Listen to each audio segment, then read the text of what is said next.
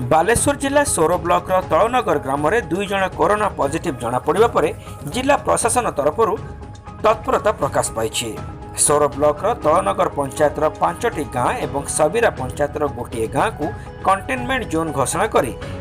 7टी स्थान में मुख्य रास्ता को अवरोध कर सबु अंचल को मे मास 6 तारिख पर्यंत निषिद्ध अंचल भाव घोषणा कर 2 जन कोरोना पॉजिटिव आक्रांत किछि दिन पूर्व पश्चिम बंगलु फेरी जना पड़ी। सोर ब्लॉक तलनगर जीपी और सबीरा जीपी रे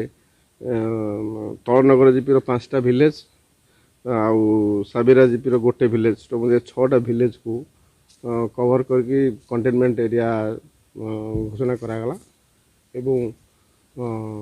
सेठी वर्तमान 7टा पॉइंट रे आमे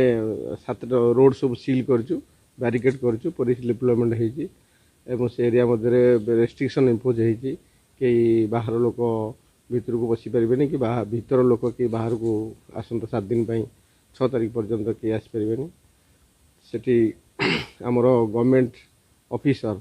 स्टाफ जो माने ऑथराइज से माने केवल जाइए विभिन्न काम करेंगे